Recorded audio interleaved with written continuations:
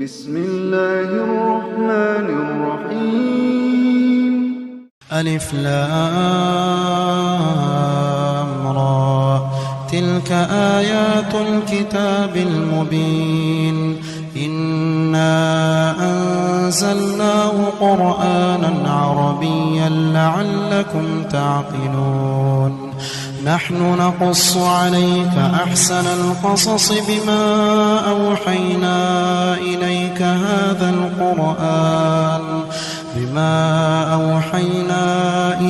هذا القرآن وإن كنت من قبله لمن الغافلين. إذ قال يوسف لأبيه يا أبت إني رأيت 11 كوكبا والشمس والقمر رأيتهم لي ساجدين. قال يا بني لا تقصص رؤياك على إخوتك فيكيدوا لك كيدا، إن الشيطان للإنسان عدو مبين. وكذلك يجتبيك ربك ويعلمك من تأويل الأحاديث ويتم نعمته عليك وعلى آل يعقوب كما أتمها على أبويك من قبل إبراهيم وإسحاق إن ربك عليم حكيم. لقد كان في يوسف وإخوته آيات للسائلين، إذ قالوا ليوسف وأخوه أحب إلى أبينا منا ونحن عصبة إن أبانا لفي ضلال مبين. اقتلوا يوسف أو اطرحوه أرضا يخل لكم وجه أبيكم وتكونوا من بعده قوما صالحين. قال قائل منهم لا تقتلوا يوسف وألقوه في غيابة الجب يلتقط بعض السيارة إن كنتم فاعلين. قالوا يا أبانا ما لك لا تأمنا على يوسف وإنا له لناصحون. أرسله معنا غدا يرتع ويلعب وإنا له لحافظون. قال إني ليحزنني أن تذهبوا به وأخاف أن يأكله الذئب وأنتم عنه غافلون. قالوا لئن أكله الذئب ونحن عصبة إنا إذا لخاسرون.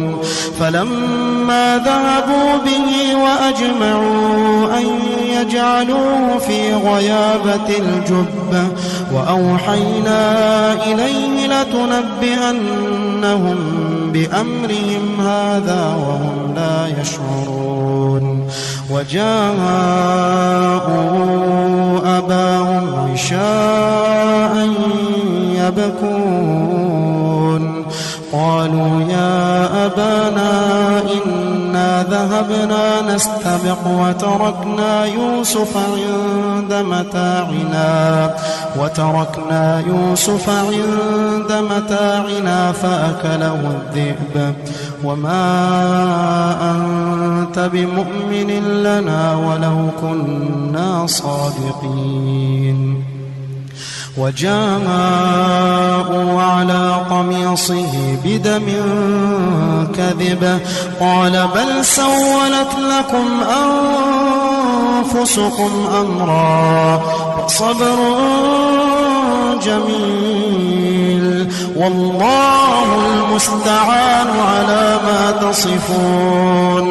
وجاءت سيارة فأرسلوا واردهم فأدلى دلوه قال يا بشرى هذا غلام وأسروه بضاعة والله عليم بما يعملون. وشروا بثمن بخس دراهم معدودة وكانوا فيه من الزاهدين. وقال الذي اشتراه من مصر لامرأته أكرمي مثواه عسى أن ينفعنا أو نتخذه ولدا وكذلك مكنا ليوسف في الأرض ولنعلمه من تأويل الأحاديث والله غالب على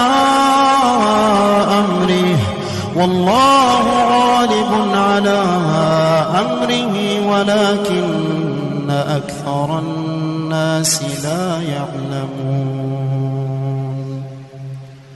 ولما بلغ أشده آتيناه حكما وعلما وكذلك نجزي المحسنين.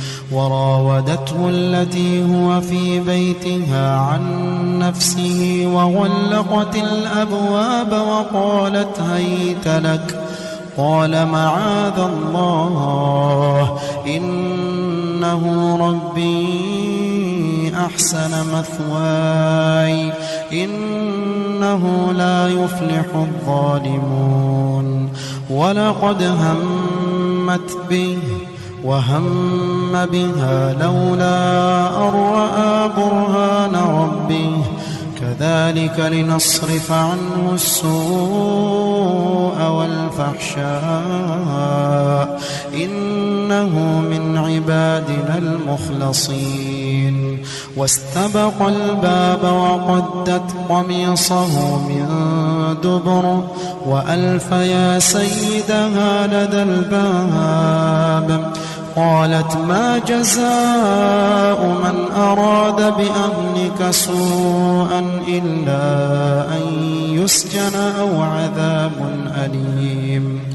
قال هي راودتني عن نفسي وشهد شاهد من أهلها إن كان قميصه قد من قبل فصدقت وهو من الكاذبين وإن كان قميصه قد من دبر فكذبت وهو من الصادقين.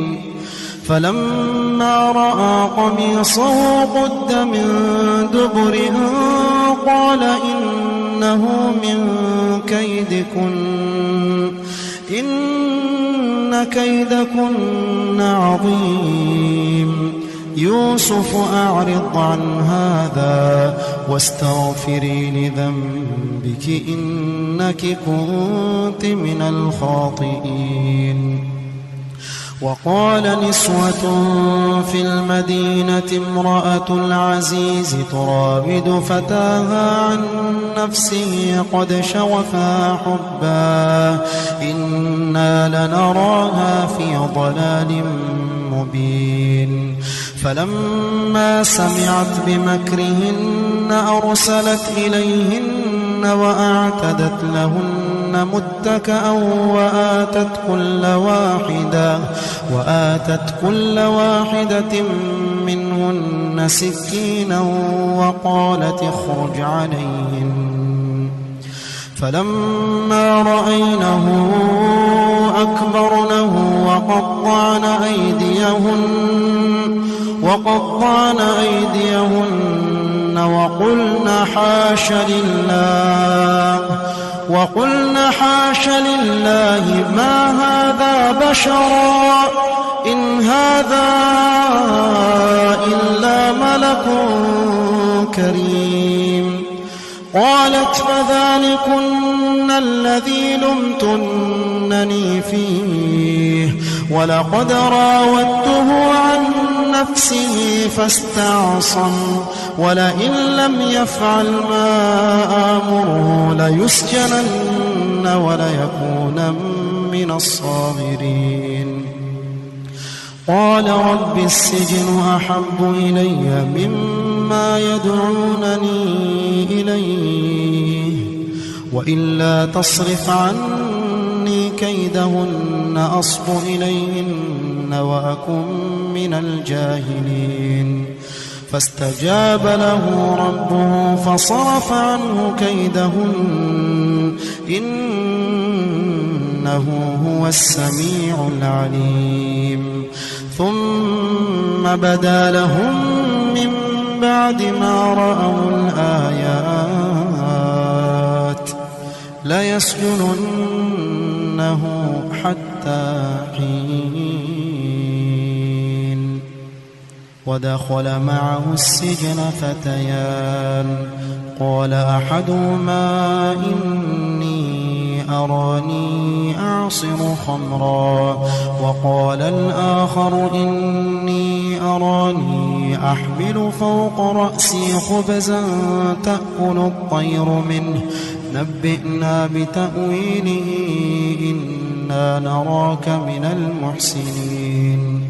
قال لا يأتيكما طعام ترزقانه إلا نبأتكما بتأويله قبل أن يأتيكما ذلكما مما علمني ربي إني تركت ملة قوم لا يؤمنون بالله وهم بالآخرة هم كافرون واتبعت ملة آبائي إبراهيم وإسحاق ويعقوب ما كان لنا أن نشرك بالله من شيء ذلك من فضل الله علينا وعلى الناس ولكن أكثر الناس لا يشكرون. يا صاحبي السجن أأرباب متفرقون خير أم الله الواحد القهار ما تعبدون من دونه إلا أسماء سميتموها أنتم وآباؤكم ما أنزل الله بها من سلطان إن الحكم إلا لله أمر ألا تعبدوا إلا إياه ذلك الدين القيم ولكن أكثر الناس لا يعلمون. يا صاحبي السجن أما أحدكما فيسقي ربه خمرا وأما الآخر فيصلب فتأكل الطير من رأسه قضي الأمر الذي فيه تستفتيان. وقال للذي ظن أنه ناج منهما اذكرني عند ربك فأنساه الشيطان ذكر ربه فلبث في السجن 9 سنين. وقال الملك إني أرى 7 بقرات سمان يأكلهن 7 عجاف و7 سنبلات خضر وأخر يابسات يا أيها الملأ أفتوني في رؤياي إن كنتم للرؤيا تعبرون. قالوا أضغاث أحلام وما نحن بتأويل الأحلام بعالمين وقال الذي نجا منهما وادكر بعد أمة أنا أنبئكم بتأويله فأرسلون يوسف أيها الصديق أفتنا في 7 بقرات سمان يأكلهن 7 عجاف و7 سنبلات خضر وأخر يابسات لعلي أرجع إلى الناس لعلهم يعلمون قال تزرعون 7 سنين دأبا فما حصدتم فذروه في سنبله إلا قليلا مما تأكلون ثم يأتي من بعد ذلك 7 شداد يأكلن ما قدمتم لهن إلا قليلا مما تحصنون ثم يأتي من بعد ذلك عام فيه يغاث الناس وفيه يعصرون وقال الملك ائتوني به فلما جاءه الرسول قال ارجع إلى ربك فاسأله ما بال النسوة اللاتي قطعن أيديهن إن ربي بكيدهن عليم قال ما خطبكن إذ راوتن يوسف عن نفسه قلنا حاش لله ما علمنا عليه من سوء قالت امرأة العزيز الآن حصحص الحق أنا راودته عن نفسه وإنه لمن الصادقين ذلك ليعلم أني لم أخنه بالغيب وأن الله لا يهدي كيد الخائنين وما أبرئ نفسي إن النفس لأمارة بالسوء إلا ما رحم ربي إن ربي غفور رحيم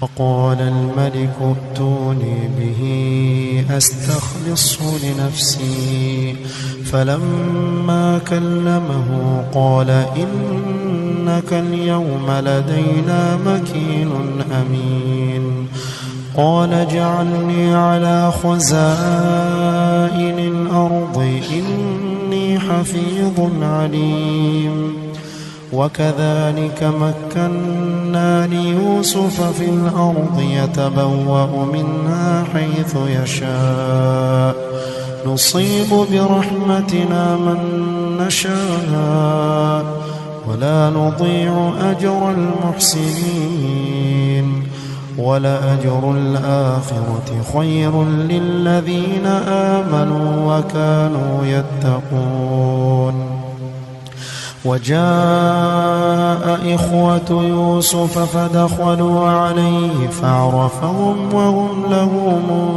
منكرون ولما جهزهم بجهازهم قال ائتوني بأخ لكم من أبيكم ألا ترون أني أوفي الكيل وأنا خير المنزلين فإن لم تأتوني به فلا كيل لكم عندي ولا تقربون قالوا سنراود عنه أباه وإنا لفاعلون وقال لفتيانه جعلوا بضاعتهم في رحالهم لعلهم يعرفونها إذا انقلبوا إلى أهلهم لعلهم يرجعون فلما رجعوا إلى أبيهم قالوا يا أبانا منع منا الكيل فأرسل معنا أخانا نكتل وإنا له لحافظون قال هل آمنكم عليه إلا كما أمنتكم على أخيه من قبل فالله خير حافظا وهو أرحم الراحمين ولما فتحوا متاعهم وجدوا بضاعتهم ردت إليهم قالوا يا أبانا ما نبغي هذه بضاعتنا ردت إلينا ونمير أهلنا ونحفظ أخانا ونزداد كيل بعير ذلك كيل يسير قال لن أرسله معكم حتى تؤتون موثقا من الله لتأتونني به إلا أن يحاط بكم فلما آتوا موثقهم قال الله على ما نقول وكيل وقال يا بني لا تدخلوا من باب واحد وادخلوا من أبواب متفرقة وما أغني عنكم من الله من شيء إن الحكم إلا لله عليه توكلت وعليه فليتوكل المتوكلون ولما دخلوا من حيث أمرهم أبوهم ما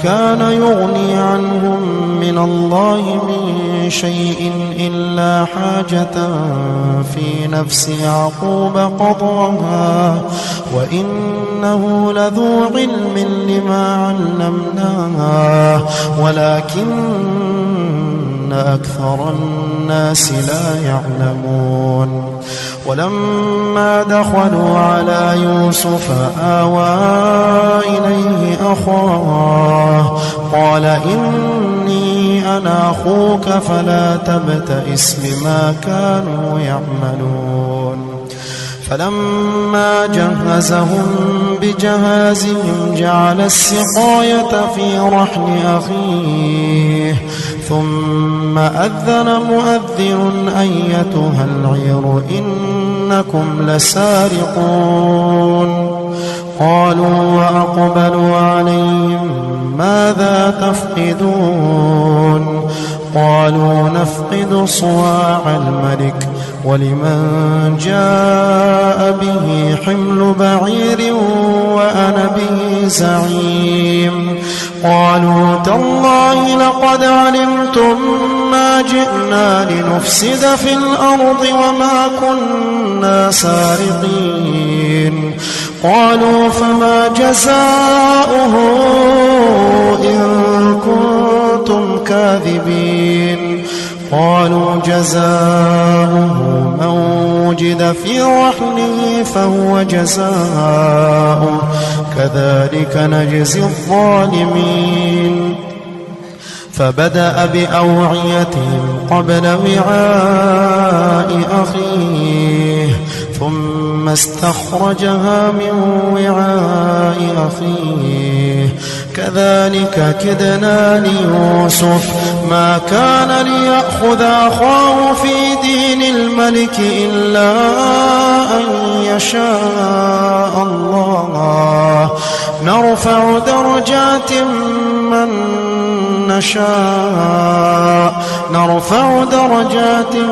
من نشاء وفوق كل ذي علم عليم قالوا إن يسرق فقد سرق أخ له من قبل فأسرها يوسف في نفسه ولم يبدها لهم قال أنتم شر مكانا والله أعلم بما تصفون. قالوا يا أيها العزيز إن له أبا شيخا كبيرا فخذ أحدنا مكانه إنا نراك من المحسنين. قال معاذ الله أن نأخذ إلا من وجدنا متاعنا عنده إنا إذا لظالمون. فلما استيئسوا منه خلصوا نجيا قال كبيرهم ألم تعلموا أن أباكم قد أخذ عليكم موثقا من الله ألم تعلموا أن أباكم قد أخذ عليكم موثقا من الله ومن قبل ما فرطتم في يوسف فلن أبرح الأرض حتى يأذن لي أبي أو يحكم الله لي وهو خير الحاكمين. ارجعوا إلى أبيكم فقولوا يا أبانا إن ابنك سرق وما شهدنا إلا بما علمنا وما كنا للغيب حافظين. واسأل القرية التي كنا فيها والعير التي أقبلنا فيها وإنا لصادقون. قال بل سولت لكم أنفسكم أمرا فصبر جميل عسى الله أن يأتيني بهم جميعا إنه هو العليم الحكيم. وتولى عنهم وقال يا أسفا على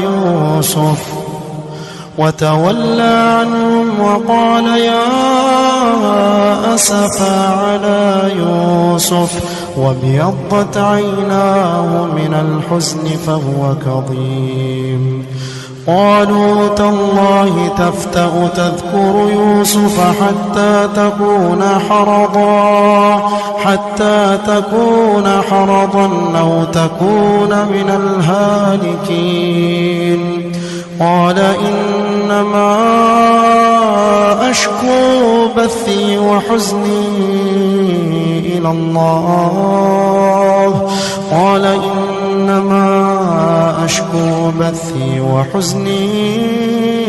إلى الله وأعلم من الله ما لا تعلمون.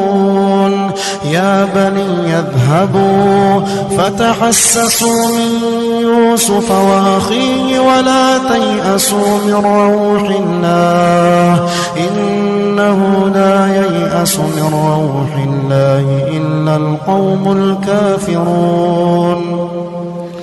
فلما دخلوا عليه قالوا يا أيها العزيز مسنا وأهلنا الضر وجئنا ببضاعة مزجاة فأوف لنا الكيل وتصدق علينا إن الله يجزي المتصدقين. قال هل علمتم ما فعلتم بيوسف وأخيه إذ أنتم جاهلون. قالوا أئنك لأنت يوسف قال أنا يوسف وهذا أخي قد من الله علينا إنه من يتق ويصبر فإن الله لا يضيع أجر المحسنين. قالوا تالله لقد آثرك الله علينا وإن كنا لخاطئين. قال لا تثريب عليكم اليوم يغفر الله لكم يغفر الله لكم وهو أرحم الراحمين. اذهبوا بقميصي هذا فألقوه على وجه أبي يأت بصيرا وأتوني بأهلكم أجمعين. ولما فصلت العير قال أبوهم إني لأجد ريح يوسف لولا أن تفندون. قالوا تالله إنك لفي ضلالك القديم.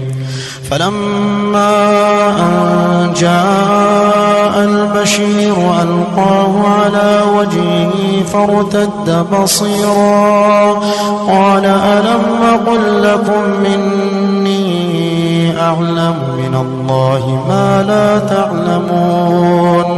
قالوا يا أبانا استغفر لنا ذنوبنا إنا كنا خاطئين. قال سوف أستغفر لكم ربي إنه هو الغفور الرحيم.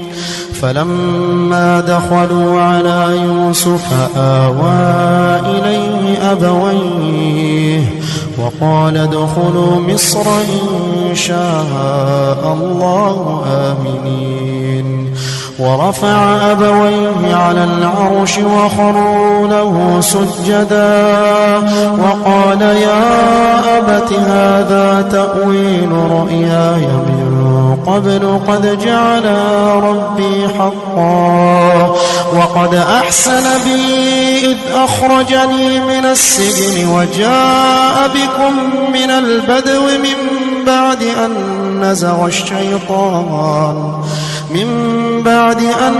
نزغ الشيطان بيني وبين إخوتي إن ربي لطيف لما يشاء إنه هو العليم الحكيم. رب قد آتيتني من الملك وعلمتني من تأويل الأحاديث فاطر السماوات والأرض أنت ولي في الدنيا والآخرة توفني مسلما وألحقني بالصالحين.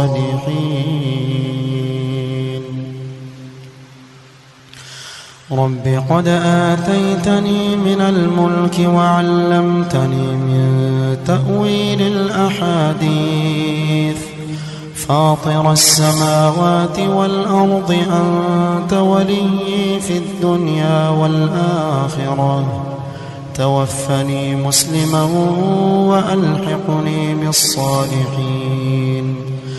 ذلك من أنباء الغيب نوحيه إليك وما كنت لديهم إذ أجمعوا أمرهم وهم يمكرون. وما أكثر الناس ولو حرصت بمؤمنين وما تسألهم عليه من أجر إن هو إلا ذكر للعالمين. وكأي من آية في السماوات والأرض يمرون عليها وهم عنها معرضون وما يؤمن أكثرهم بالله إلا وهم مشركون. أفأمنوا أن تأتيهم غاشية من عذاب الله أو تأتيهم الساعة بغتة وهم لا يشعرون. قل هذه سبيلي أدعو إلى الله على بصيرة أنا ومن اتبعني وسبحان الله وما أنا من المشركين. وما أرسلنا من قبلك إلا رجالا نوحي إليهم من أهل القرى أفلم يسيروا في الأرض فينظروا كيف كان عاقبة الذين من قبلهم ولدار الآخرة خير للذين اتقوا أفلا تعقلون حتى إذا استيأس الرسل وظنوا أنهم قد كذبوا جاءهم